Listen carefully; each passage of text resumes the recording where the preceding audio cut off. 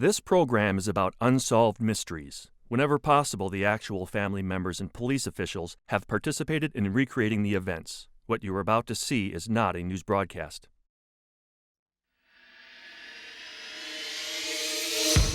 For nearly 20 years, Nancy Meyer has proved an invaluable tool for law enforcement. But Nancy is no ordinary investigator.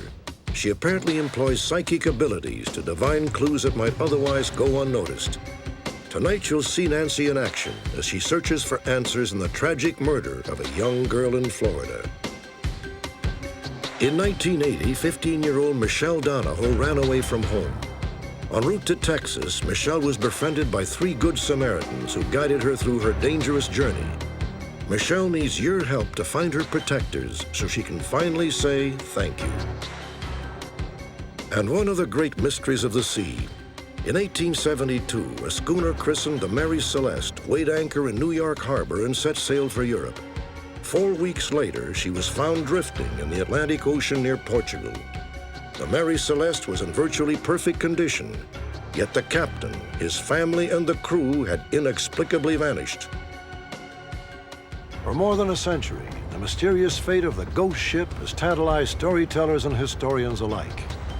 Join me for this intriguing legend and much more on Unsolved Mysteries.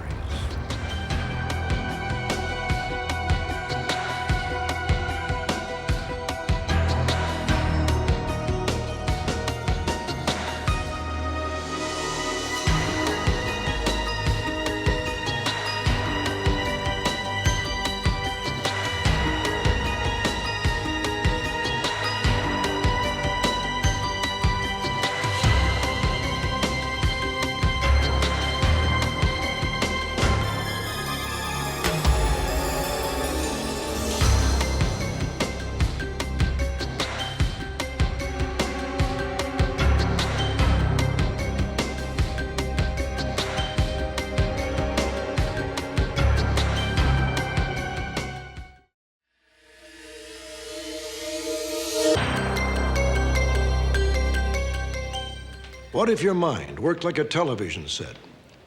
What if you could change channels at will, tune into programs no one else could see? And what if you could never turn the set off? You're about to meet a remarkable woman named Nancy Meyer, who apparently has the extraordinary mind of a psychic. She didn't ask for it. She doesn't always like it. Yet she has learned to put it to good use.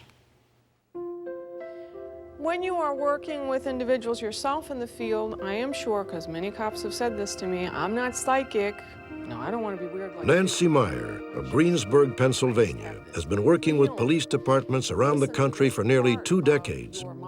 Her track record would be the envy of any detective.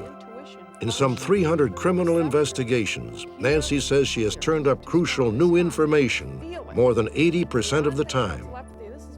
It's like the ultimate challenge, because most of my cases are murders. Only 2 people knew what happened, the victim and the killer. The only way to find out is telepathy.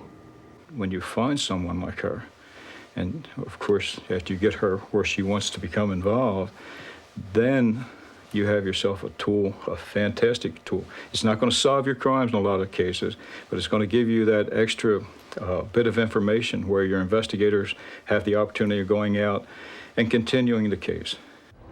This is the neighborhood where it all occurred. I see. Mostly during the... Nancy's first major case came in 1977, when a desperate detective in Wilmington, Delaware, asked her to help him track down an unknown serial rapist. interesting thing, though, is... I didn't really have any faith at all in psychics or whatever. We had never used one. I had never considered using one. But the women were hesitant about making identification, looking at pictures and stuff like that. And we was just kind of stuck, really. Most people in the department were very skeptical of the psychic. As a matter of fact, to the point of it was a joke. That there goes poor Leroy Landon, my partner, off with his psychic, and he must be getting old. Do you remember what he looked like? Yes. The detectives had given Nancy no specific details about the rapes. At the home of the first victim, both men were stunned when Nancy was able to improve upon the victim's own sketch of the rapist. Something with the eyes that's different about this. Do you mind changing the eyebrows a little bit? Sure. The shape was a little bit off to me. A little bit more, maybe. And she thought about it and she said, I think you're right. And then she made the change. You know, you're right.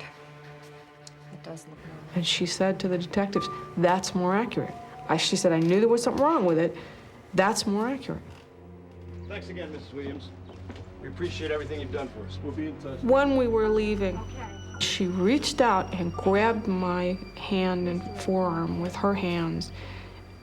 All this stuff came pouring into my head, and all of a sudden I was getting much clearer pictures. It's like trying to watch a car and get the license number when it's traveling at an excessive speed. It's very hard to do that. And you have to sort of let all the information flow through and then try to slow it down and rerun it. And then I could see one image of him sleeping, so I could really study his features. Interspersed was this uniform. And I could see a number, but it was faded, and I could see an emblem, but it was faded.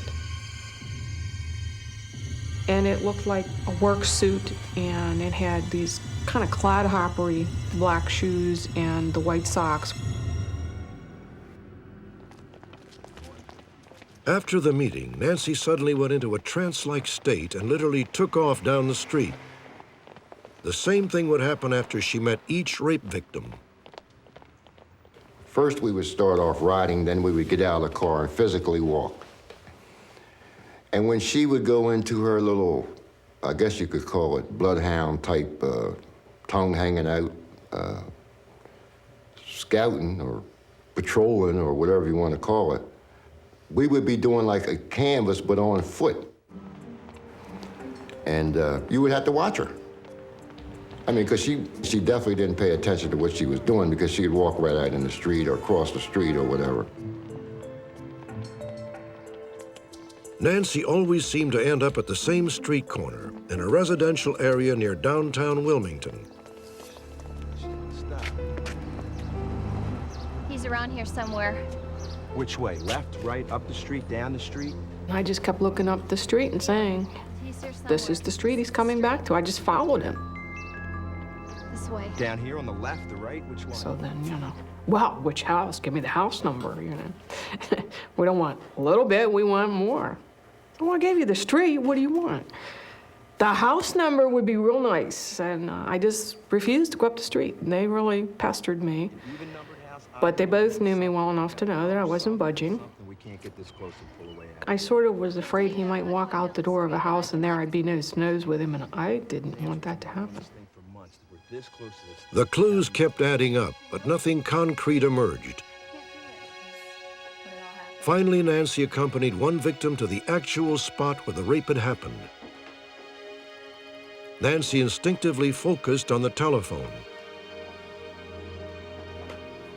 Did he use the phone when he was here? Amazingly, Nancy's hunch jogged the victim's memory. The rapist had used the phone, and more importantly, the yellow pages. We took the phone book, naturally, and sent it down to the FBI in Washington laboratory. And we did get a couple fingerprints. Without a suspect, the fingerprints were useless. As the investigation progressed, Nancy found herself drawn back to the same street corner time after time. You gotta go down that street now. Now she knew she had to go farther. Hey, we got guns. Okay.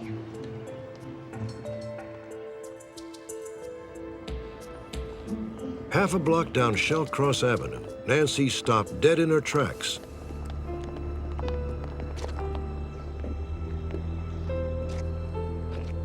This is it. This is the house. He definitely comes and goes from here. By that time, I wasn't so skeptic anymore, personally. Of course, my partner, he still thinks I'm nuts at that point for fooling with her, but that's beside the point. So I had a little faith in her, so whatever she more or less said, I would definitely try to do something about it and make something out of it. Because I was I guess a convert then. I was a believer in her. Sorry about these files. I probably should be a little bit sharper. The detectives immediately questioned the owner of the building. Hey, this here. This guy came in about a week ago. Yeah, he and his girlfriend. They take over a week this Monday. There you go. Take a look. Sure. He gave me the name of the applicants for the apartment that was being refurbished. Derek Stevens, I know that name. Why do I know that name? The man's name I recognized myself from another case previous. Can't be the same guy. No way, because he's still be in jail. So anyway, I called the jail, and I find out that he's on this work furlough release program or something, and that he's out every day looking for a job. Suddenly, the pieces of the puzzle fell into place. Incredibly, the man's prison uniform mirrored Nancy's vision. A navy blue shirt, a serial number patch on the breast pocket, black shoes and white socks. But it was the prisoner's fingerprints that sealed his fate. They matched the prints lifted from the yellow pages. Number 3? In the end, the suspect was identified by 6 of the victims. It's him. I'm positive. He was eventually convicted and sentenced to a total of 150 years in prison. When I was called and told what had happened, it was like I had to keep asking them. And finally, one of the detectives said, "You don't really believe you did it, did you?" And I said, "No, I don't." And it was just like incredible, because that one, I was able to produce more result each time I worked. When you come to a dead end and you have no place to go, if you have someone who can open a door and say, "Hey, I think I can help you," and just through her psychic powers, she's able to put us out into another lead. Then through good investigation techniques, we can go on and continue and solve the crime. And that's what we've done.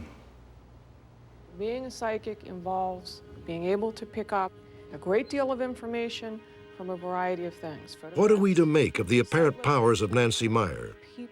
Does she have the uncanny ability to see and sense things that the rest of us can't? Last summer, we asked Nancy to travel to Brooksville, Florida, where the sheriff's department was investigating a particularly tragic murder case. 12-year-old Jennifer Odom was a bright, vivacious 7th grader. On the afternoon of February 19, 1993, she got off the school bus at a stop just 200 yards from her home. Then Jennifer vanished. The community mobilized. For nearly a week, hundreds of friends and neighbors combed the woods. Finally, 6 days after Jennifer disappeared, her body was found. She had been brutally murdered. 16 months later, Nancy Meyer would be brought in to work with local detectives. I'll put these kind of over there because these are the ones I'll be working with. The crime scene photographs in the Jennifer Odom case are classified, so Nancy was not allowed to view them. Now I'm getting 2 individuals. What you are watching is real. Even with the photographs turned face down on the table, Nancy was able to visualize not one, but 2 killers in detail. 6'1". He is of medium build.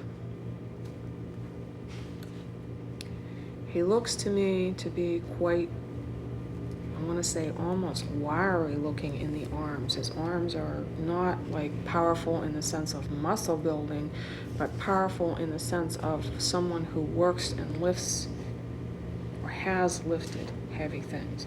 Where did the friend say she was? Over there?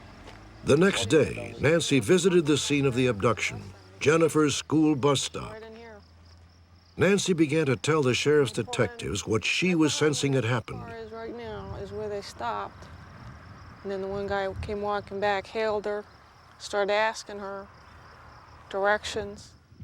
The detectives listened to everything Nancy said, but at the time made no comment. With the situation, she starts to move. It's like being in a movie in my head, and I stand beside the victim and I try to describe everything that I'm seeing as it unfolds. The minute she turned around. And a lot of times that's really helpful to the police officers because sometimes they have odd pieces of evidence at the scene they don't understand the significance of, and when I describe this sequence of events, it sometimes makes sense out of odd little pieces that they couldn't make any sense out of. The spot where Jennifer's body was discovered is marked by flowers and a cross. This is where you found her? I don't think this is where she died. I'm sure you took this whole place apart. Did you find some small metal jewelry of hers up in this area? Okay, Like a medallion or something back in that direction. All right, we did find some of her jewelry. Okay. There's a feeling of something there. She was extremely accurate on some things that kind of led us to look in other areas that we hadn't thought of. And so we basically, obtained a lot of information from what she had to offer. I was impressed with Nancy. Some things she said were so darn accurate, it's scary. And then some things she said were a little bit off the wall. But I was impressed, and I would definitely recommend her again. Nancy went on to suggest that there was evidence in the area yet to be found. There should be more stuff back in there. And there should be what would have looked like the strap off of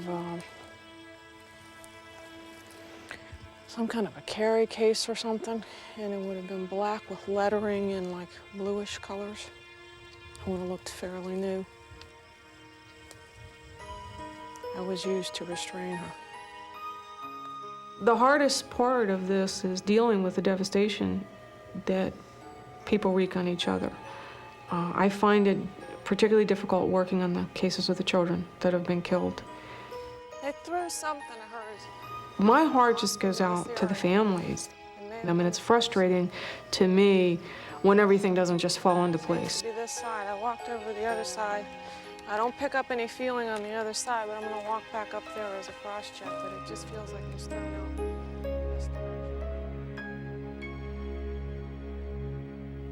Near the memorial to Jennifer Odom, Nancy Meyer spoke of the possible existence of a carrying case with lettering on it. The Sheriff's Department has since revealed that Jennifer Odom had her cousin's clarinet with her when she was abducted. The letters L.O. were on the carrying case. The name Odom was carved into the clarinet itself. Neither the clarinet, the case, nor Jennifer's white zip-up Pep Club sweatshirt with the word Hooters in orange on the left sleeve has ever been found.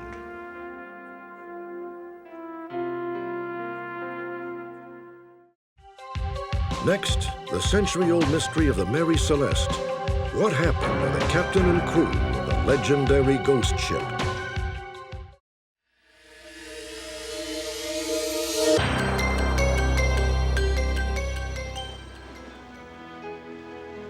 It was a glorious time, a golden age of sailing ships. 100 years ago, graceful brigs and clippers rode the winds, linking Europe, America, and the exotic East. But not every ship reached her destination safely. On a crisp November morning in 1872, a brigantine named the Mary Celeste sailed from New York Harbor and into legend, enshrined as the most infamous ghost ship of them all.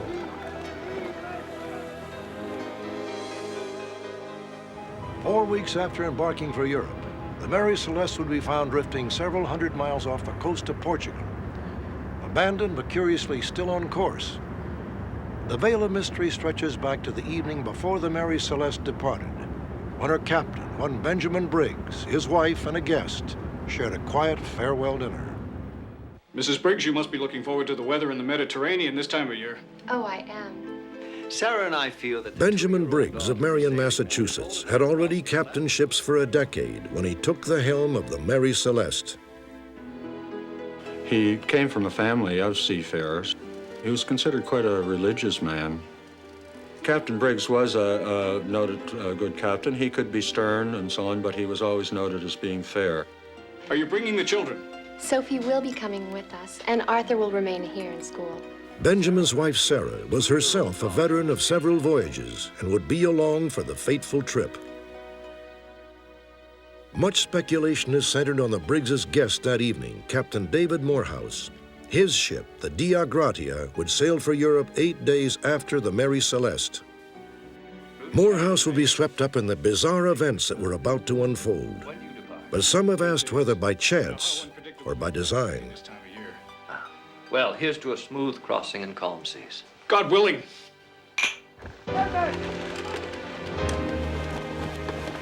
The next morning, November 5th, 1872, the Mary Celeste weighed anchor and set sail for Europe. Stowed securely below deck were more than 1,000 barrels of pure alcohol, highly prized in the Italian wine trade. It was a valuable but dangerous cargo. Alcohol fumes were notoriously volatile, even explosive. From New York, Captain Briggs set a course almost due east. The Mary Celeste would sail more than 5,000 miles past the Azores, through the Strait of Gibraltar, and into the Mediterranean, finally docking at Genoa, Italy.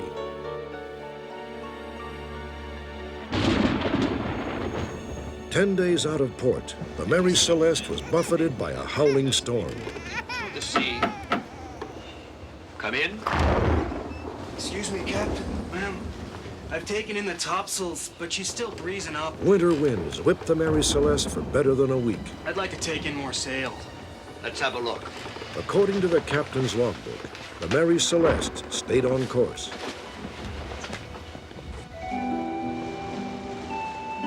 On the 10th day, the weather cleared. In his log, Captain Briggs placed the Mary Celeste a mere 6 miles off the Azores. The date of the entry was November 25th, 1872, the last entry ever made by Captain Briggs.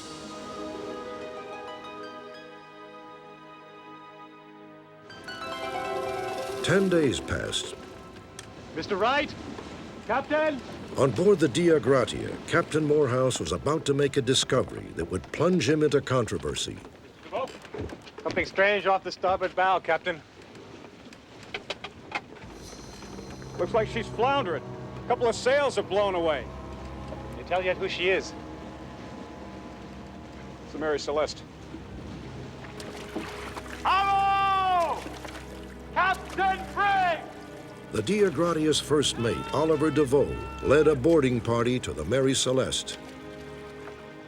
They came near, tried to signal it, received no return signal, came closer to it, saw no one on deck. They thought maybe at first that it might have been what they called a fever ship. And they thought that maybe people were aboard down below dead of some sort of fever.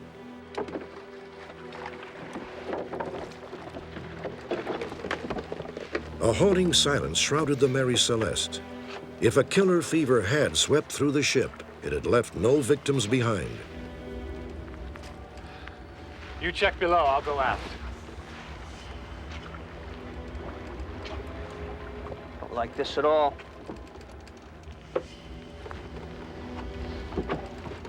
Hello? Anybody below? DeVoe was concerned to find the ship's compass shattered, and he was mystified by a long rope that snaked across the deck and off the stern of the ship.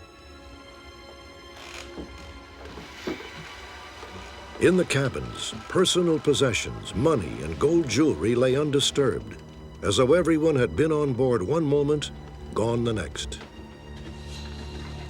The captain's navigation instruments and the ship's papers were missing, but Oliver DeVoe claimed he found no evidence of foul play, no reason for the Mary Celeste to have been abandoned.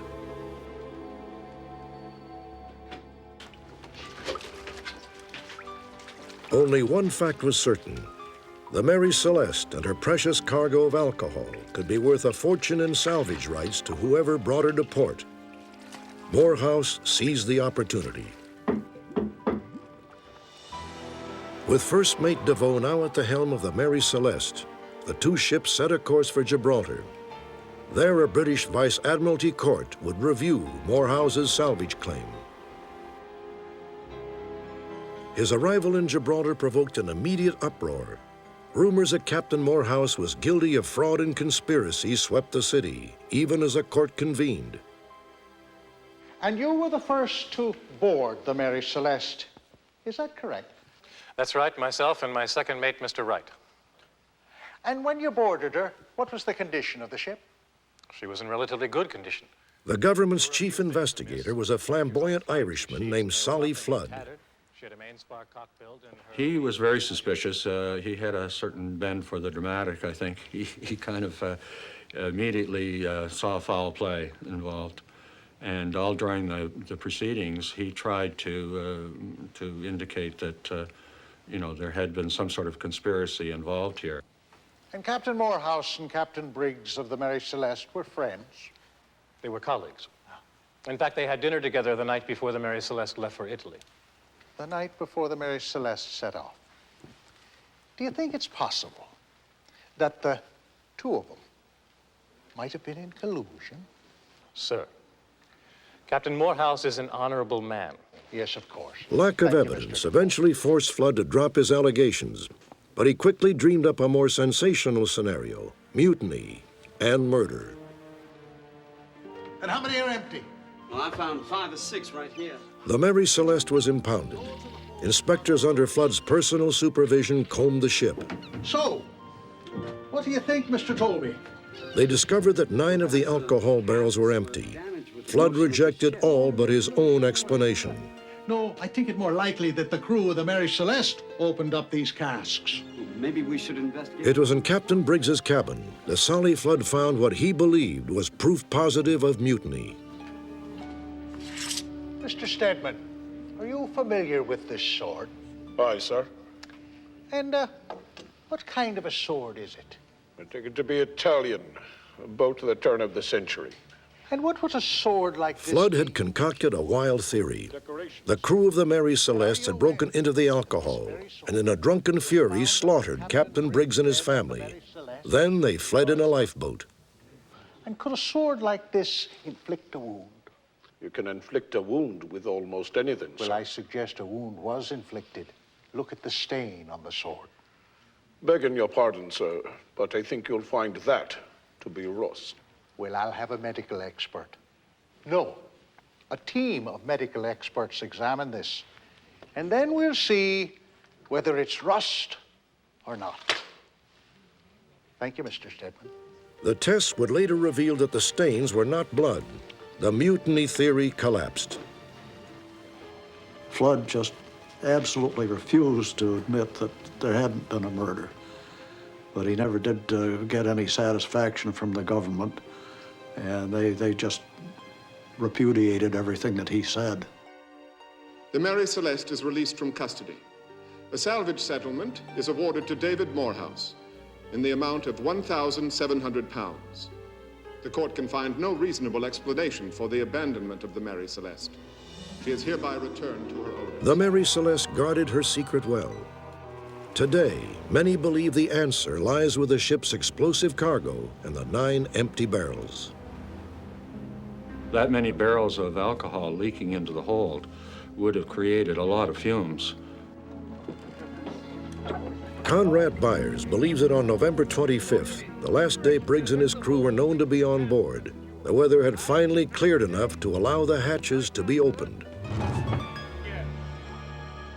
God. Mr. Richardson, come here! Terrible odor in there. We'll have to vent the hatches. I'll alert the captain. I think immediately he sounded the alarm, knowing the dangers of this cargo and its chances of spontaneously combusting. Overwhelming. What's to be done? She just told me. I think he planned to get everyone in a lifeboat and trail behind the main ship with the idea the cargo would either vent itself and cool off or explode. You, man the peak! Cut! Let's go!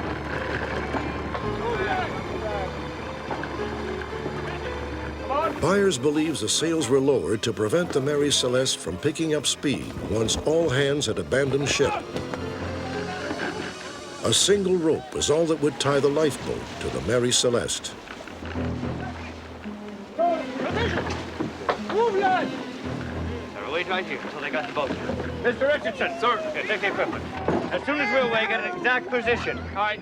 What destroyed their plan really was that they didn't have time to get all of the sail off of the vessel. Put Mrs. Briggs and the lad in first. They piled into the boat and started trailing behind, and suddenly a gust of wind came up and started moving them. Safe now.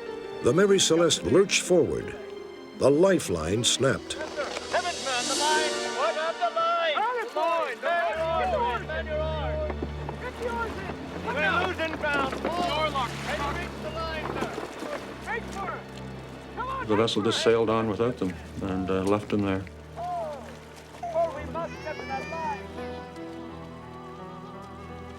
The Mary Celeste would drift another 380 miles until Captain Morehouse came upon the eerie spectacle of the silent, abandoned ship. No trace of Captain Briggs, his family, or the crew was ever found. Some years later, a British newspaper caused a sensation with its account of a skeleton found bleaching on a remote Pacific island. Inside a bottle lying near the remains was a message. It claimed that all those aboard the Mary Celeste had been kidnapped to serve on another vessel, only to be shipwrecked off the coast of South America. The author of the note claimed to have been the last survivor. In the end, the story proved to be a hoax, and the secret of the Mary Celeste remains to this day a tantalizing, unsolved mystery. When we return, surprising discoveries add an exciting twist to a heartwarming update.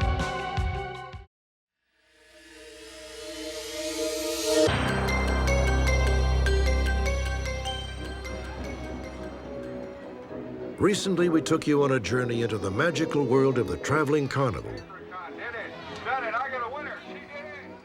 We profiled Brenda Abbey and experienced firsthand her efforts to unravel a personal, unsolved mystery. Brenda was adopted as an infant. She knew little about her birth parents, Elizabeth Hanson and Walter Perry, except that they were employed by the Settlin and Wilson Carnival during the 1940s.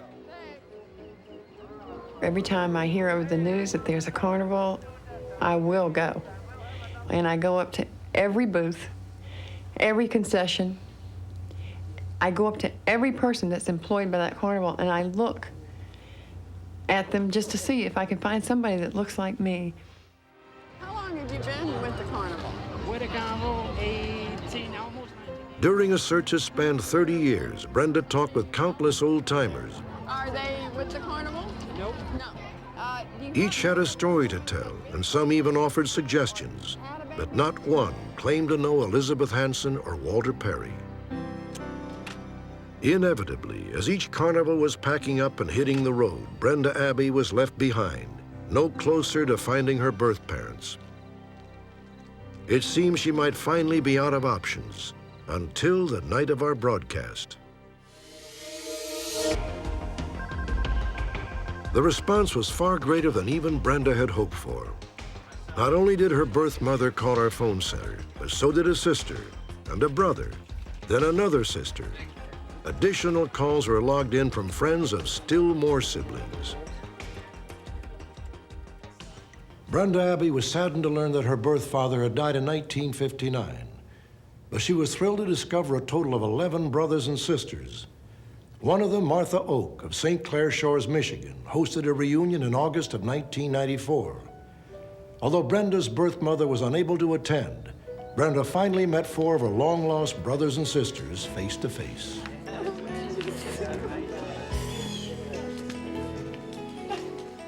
As hostess for the celebration, Martha was the first to welcome Brenda. Hi, Brenda. How you doing? A brother, Thomas Chillog, flew in from Louisiana, 1,000 miles away. Another sister, Susan Donner, came in from Port Clinton, Ohio.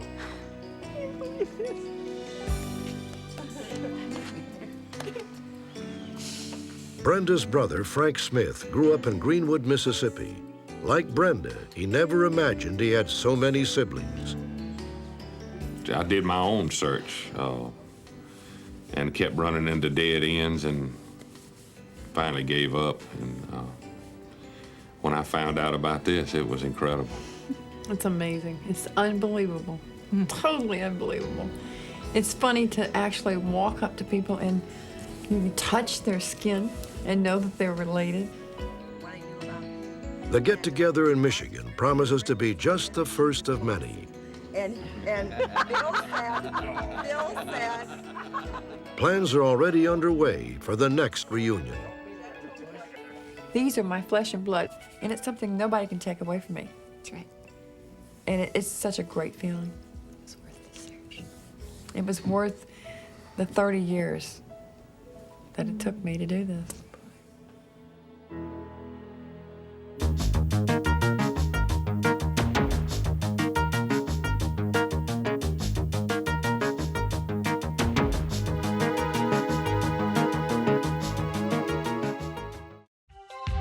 Next, the uplifting search for 3 good Samaritans who befriended a runaway on a bus trip to Texas.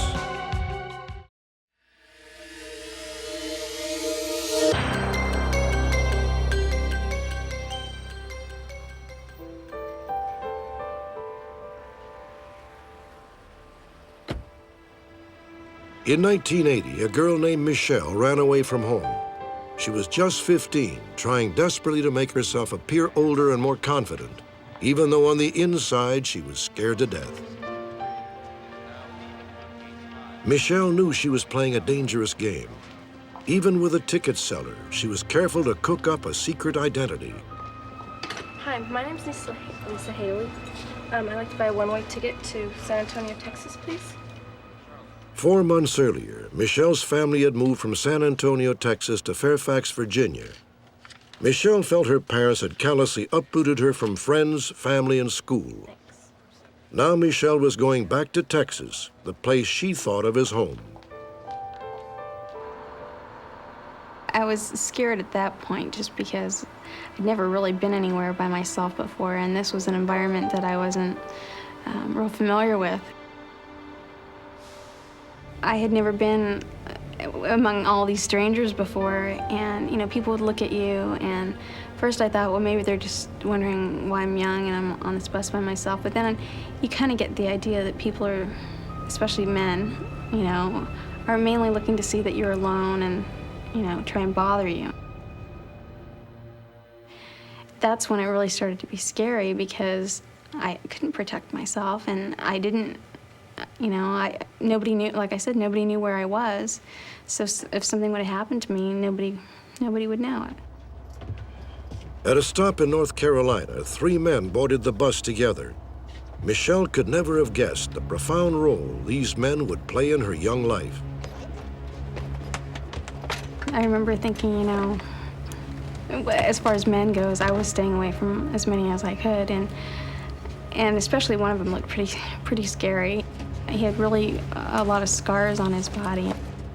So I was sitting next to him, and I thought, that's great. But they came and they sat around, and they were talking among themselves. Keep saying a couple, man. I think you sleep now, man. Tired. Tired. You ain't done nothing. The 3 men dozed off and on. Michelle stayed nerve-wracked and sleepless. Sunshine, wake up. Sunshine, time to get You up. there already, Doc? No, man, I just need somebody to talk to. Somebody to boa. Yeah. Oh, I hope I wasn't snoring too loud, fellas. Hey, nah, man, but Tiny Feet was calling the hogs. Hey, whoa. Tiny Feet does not snore. Thank you very much. The jovial trio completely disarmed Michelle. She forgot for a moment that she was scared. Why did they call you Tiny Feet? Are you kidding? The one really big guy, his name was Tiny Feet because his feet were huge. Thank you. No, miss, we're truckers. And Tiny Feet is his handle. See, me, I'm a deacon in my church back in North Carolina. They call me Doc because I got a Bible verse for everything that ails you. That's right. My name is Sunshine. Yeah. Named after my favorite song, actually. Want to hear it? No. No, really, I can sing. Yeah, I can sing. Yeah, the problem is he doesn't know when to shut up. Ever. And your name is? Lisa. Lisa. I was going to say this. Pretty name. Aren't you kind of young to be traveling by yourself? No, I'm 18. I'm going to Texas to visit some friends. Oh, Texas. I did this right outside of Dallas. My truck jackknifed, I went straight through the windshield. Hey, man, I remember that. Remember That's you and I scary. didn't think he was going to make it. I almost didn't make it. My family is what pulled me through. That's right. You want to see a picture of my family? Sure. Hey, be nice. It just made me feel like, you know, he was more of a family man, and I didn't really have to worry. And the rest of them talked about their families, and Doc kept talking about his church, you know, and the people in his church and what they were like. And I just, I felt at ease with them then. I didn't feel like I had anything to fear from them. By the time the bus pulled into Atlanta, Doc, Sunshine, and Tiny Feet had practically adopted Michelle. When they sat down for breakfast, Tiny Feet noticed a young girl in trouble. Just leave me alone. Sweetie, I want you to come take a ride. Leave me alone. No, wait, hey, excuse me. Look, is he bothering you? Yes. Listen, we're about to sit down and have breakfast. Why don't you come join us for breakfast, okay? And we just talk, okay? All right. She came over and we bought her breakfast, and she told us her story. And she was a runaway also. And, you know, I guess at that point I kind of sat back and watched and saw how they helped people. And it wasn't just me, it was other people. They were just like good Samaritans on the road kind of thing. You guys? I haven't completely been honest with you. My name isn't Lisa, it's Michelle. Michelle? And I'm not 18, I'm 15. And the reason I'm on this bus is it's because I've run away from home. What made you leave home? Got really bad. For example? My parents, they moved me away from all my friends, and now I have a curfew. That is not that Not bad. at all. Felt like it. Well, have you at least called him since you left? No, I didn't leave a note, and they don't know where I'm at. They're probably very worried about you. That's right, it was my kids. I'd be going crazy. Yeah, it can get real dangerous out here. Real dangerous. They pretty much knew that all along, I think, that, you know, I was younger than I was supposed to be and that I was running away from home. And, you know, they didn't react badly to it. They were actually really comforting about it, and they knew that I was scared. And that's the first time I was actually able to tell somebody, I'm really scared doing this. Next morning, the bus rolled into Mississippi, where the men were to take delivery of 3 trucks. The time had come to say goodbye. Listen, I want you to take my card. It has both my home number and my church number on it. Okay. And please, if you ever need a place to stay, call me. All right. My wife and I have plenty of rooms. You gotta promise to write when you get where you're going, okay? I will. Bye. Well, young lady, this is it. Remember what I told you. Watch who you talk to. Okay. Okay? Take care of yourself. Gonna miss you, kiddo. High five, stay alive. Be safe, okay? It turned out that Sunshine couldn't leave without one last request. Listen, Michelle, all I ask is that you call your mom and let her know you're okay. I will. All right, will you do that for me? You promise? Good luck.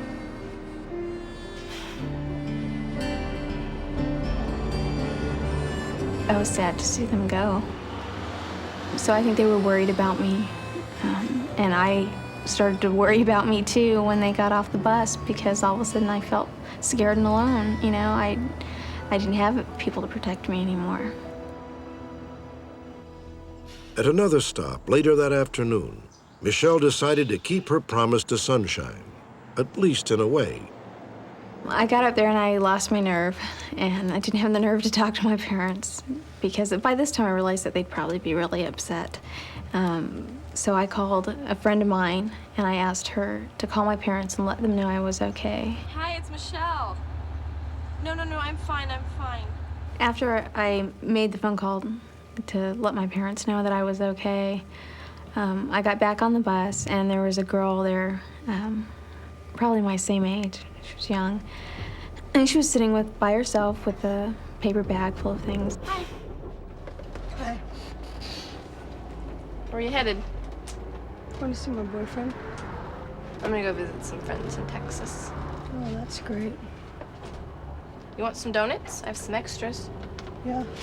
I guess I switched somewhere during that trip to, instead of just thinking about myself and how, you know, terrible my life was, you know, I don't remember. to thinking about other people. Want to talk about it? It's a long story. We have time. I had to get away from my old man. You know, listening to stories of people on the road and other runaways, I wasn't a typical runaway. And when I listen to their stories and then think about my reasons, or they'd ask me, you know, why did you run away? I didn't want to say because it sounded so stupid by then, you know, that, oh, well, my parents gave me a curfew and, you know, made me catch the bus in the morning, you know. It just sounded so ridiculous compared to their really tragic stories. Michelle finally made it to a friend's house in Texas, where her father picked her up. Michelle was relieved to go back home.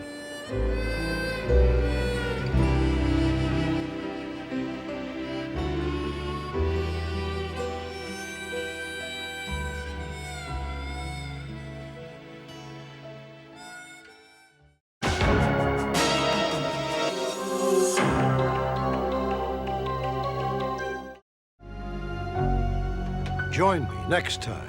Perhaps you may be able to help solve a mystery.